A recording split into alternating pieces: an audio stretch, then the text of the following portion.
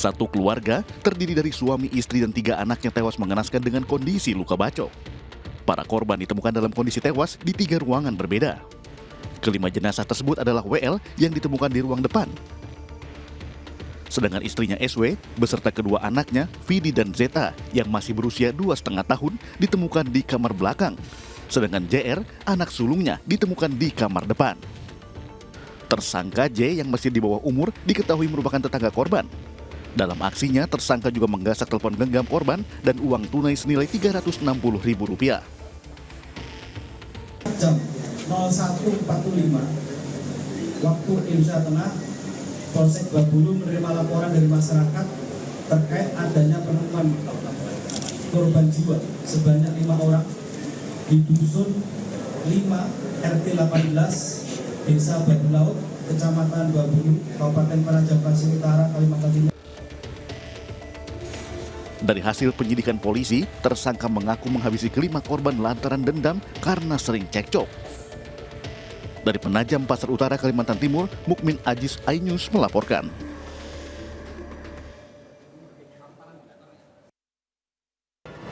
Ada semacam operasi untuk menekan rektor-rektor lain yang belum menyatakan sikap dan akan membuat deklarasi untuk kebaikan bangsa, untuk membangun demokrasi yang bermartabat. Negeri kami nampak kehilangan kemudi akibat kecurangan dalam perebutan kuasa. Suara dibungkam, kritik dilarang tanpa alasan. Maka hanya ada satu kata, lawan, lawan. Mungkin rakyat saja diam, tapi akan terjadi namanya silent majority. Yang kalau ditekan terus silent majority ini, tekan, diancam, ini bisa melawan.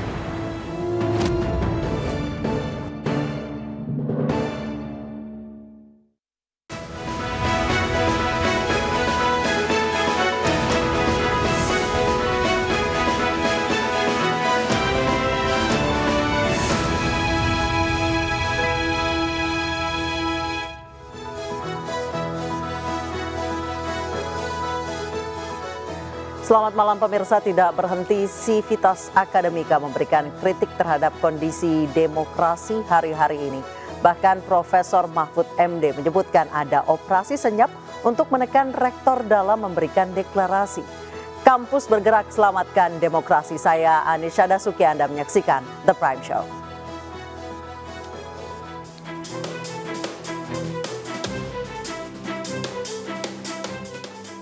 Suara lantang menyikapi situasi kebangsaan saat ini makin keras dilontarkan oleh berbagai kampus di tanah air.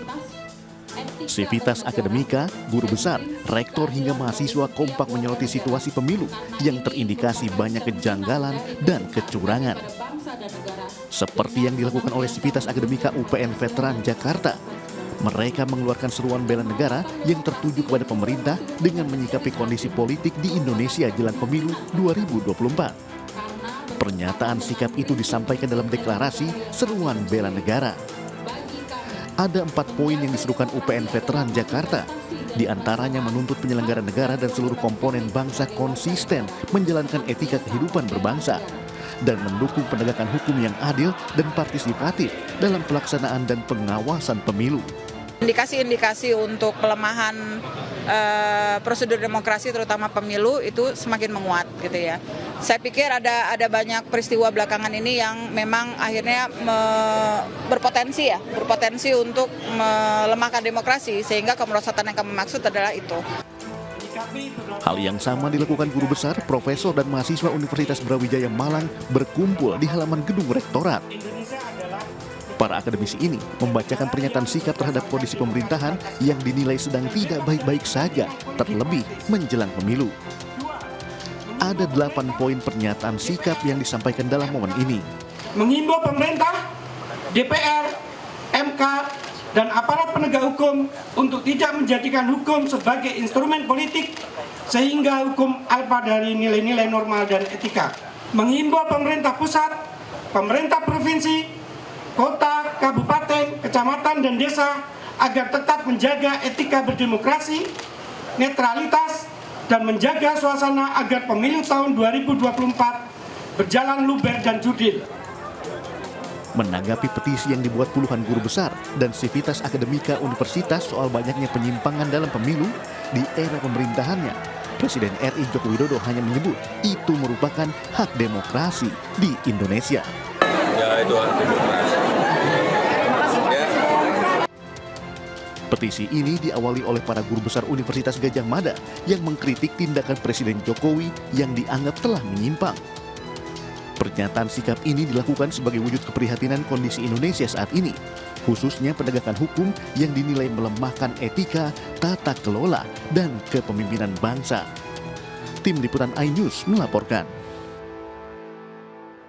Beberapa perguruan tinggi menyatakan sikap khawatirnya terhadap situasi demokrasi menjelang pelaksanaan pemilu.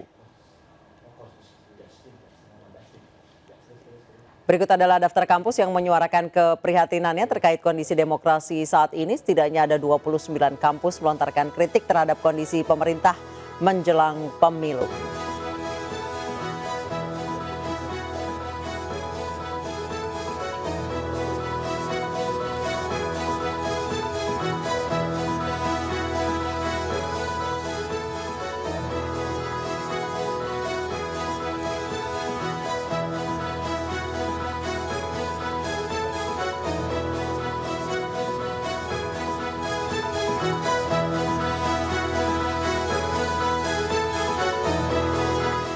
Sementara itu calon wakil presiden nomor urut 3 Mahfud MD menduga ada upaya membungkam kritik dari sejumlah sivitas akademika. Mahfud berharap kebebasan mimbar akademik dihormati. Ini laporan kepada saya dari beberapa rektor. Disuruh membuat pernyataan menyatakan bahwa Pak Jokowi itu orangnya negarawan, baik. Yang kedua, Pak Jokowi berhasil mengatasi krisis. Yang ketiga, pemilu berjalan baik dan sebagainya. Itu ada beberapa rektor yang disuruh. Ada yang kemudian membuat pernyataan, template-nya sama. Lalu ada yang tidak mau disuruh begitu, seperti Rektor Universitas Sugio Pranoto di Unika di Semarang itu memberitahu kepada kami disuruh membuat seperti ini teman kami sudah membuat pernyataan seperti itu. Ada pernyataan rektor yang sama isinya karena pakai template, tapi ada yang samar-samar dan sebagainya. Nah, menurut saya itu kurang sehat, membuat tandingan-tandingan itu memecah belah masyarakat dan memecah belah kampus juga, ya. Oleh sebab itu menurut saya kebebasan akademik, kebebasan member akademik itu harus tetap dihormati. Sementara itu Rektor Universitas Katolik Sugia Pranata Semarang menolak untuk membuat video apresiasi kinerja Presiden Joko Widodo. Pembuatan video ini disampaikan oleh anggota kepolisian dari Polrestabes Semarang yang secara langsung menghubungi Rektor Ferdinandus Hindarto. Jadi hari Jumat saya berangkat ke Surabaya dalam pertemuan perguruan tinggi Katolik Indonesia. Ada chat masuk yang menyatakan beliau dari Polrestabes Semarang yang intinya memohon supaya saya membuat video yang isinya poin-poinnya kira-kira sama seperti video-video yang sudah beredar dari beberapa rektor itu. Lalu saya menjawab bahwa pilihan kami, sikap kami, mohon maaf tidak bisa memenuhi permintaan itu. Kenapa? Karena kami punya dasar yang kuat. Jadi yang pertama dasarnya ini, konstitusi apostolik untuk Universitas Katolik di dunia. Di mana di pembukaan hakikat itu sudah dinyatakan Universitas Katolik mencari, menemukan dan menyebarluaskan kebenaran. Dan objektif kok kami objektif. Pada saat Dies Natalis ke-40 tahun 22 kami mengundang Pak Presiden, meskipun beliau tidak hadir langsung tapi mengirim video yang sangat bagus. Tetapi ketika ada sesuatu yang kurang pas, ya kami harus bersuara. Sementara itu dalam kampanye di Banyuwangi, Jawa Timur, Caimin menyebut bahwa Presiden Jokowi dan jajarannya jangan anti kritik dan harus bisa menerima kritik sebagai masukan. Saya berharap Pak Jokowi dan seluruh lingkarannya benar-benar memahami kritik sebagai masukan yang positif. Jangan terlalu alergi terhadap kritik, apalagi dengan berbagai langkah-langkah yang berlebihan, termasuk sudah ada 2 langkah. Wakil Presiden Republik Indonesia ke-10 dan 12 Yusuf Kala menyoroti netralitas aparat dan kondisi demokrasi saat ini. Menurutnya demokrasi Indonesia saat ini tengah mengalami banyak masalah. Dan berikut cuplikan wawancaranya bersama rekan saya Abraham Silaban.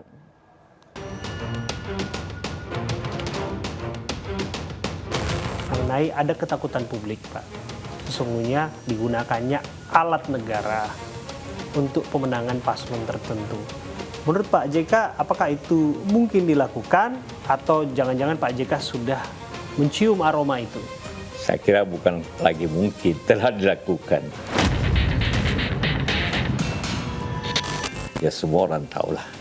Kalau yang paling keras kemarin kan pidato Ibu Mega di Bandung. Jelas-jelas menyebut panas, aparat negara, polisi, TNI, janganlah merusak, jangan campur tangan. Berarti sudah ada campur tangan kan?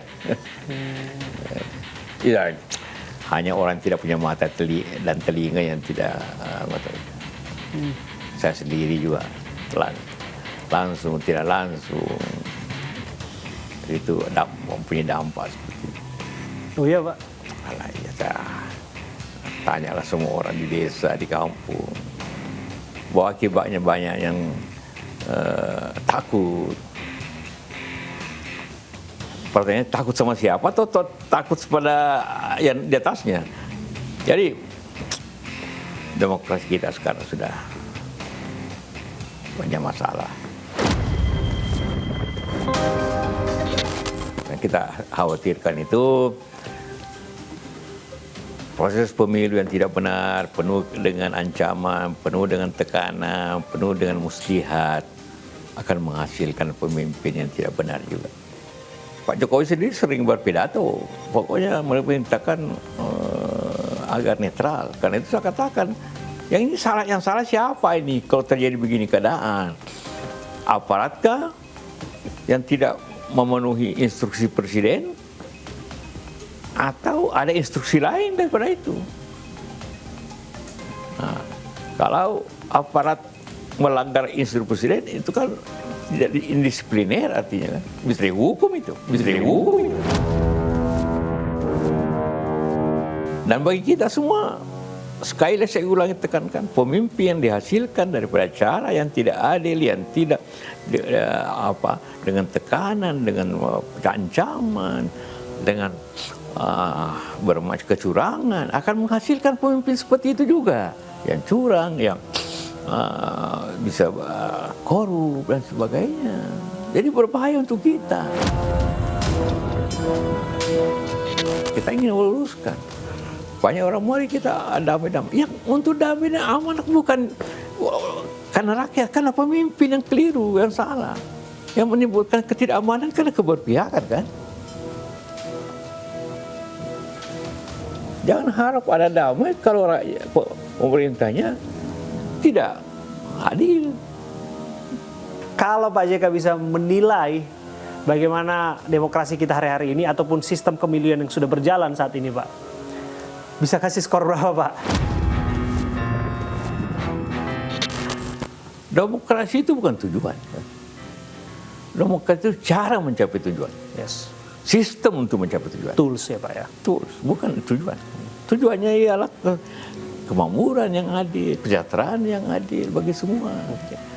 Nah, kalau pemerintahnya tidak menjalankan sesuai dengan apa yang kita sepakati dalam Pancasila kita, Undang-Undang Dasar kita, Konstitusi kita, maka yang dihasilkan itu akan jelek. Kita melihat, saya tidak bisa menilai, karena menilai itu butuh perbandingan. Yang kita rasakan saja bahwa ini tidak sesuai dengan cita-cita kebangsaan kita. Tidak sesuai dengan akhlak yang kita harus, tidak sesuai dengan etika yang seharusnya dijalankan oleh kita semua. Ini bisa terjadi persekongkolan besar. Dan itu ya mungkin rakyat saja diam. Tapi akan terjadi namanya silent majority.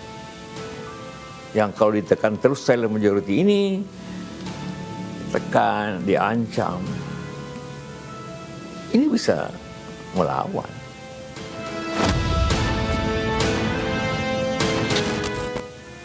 Kita harap negeri ini aman.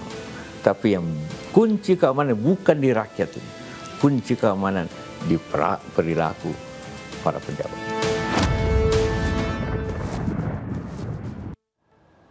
Pemirsa, usai jeda kita akan berbincang dengan sejumlah narasumber terkait pergerakan kompak puluhan kampus untuk selamatkan demokrasi. Jangan kemana-mana, tetap di The Prime Show.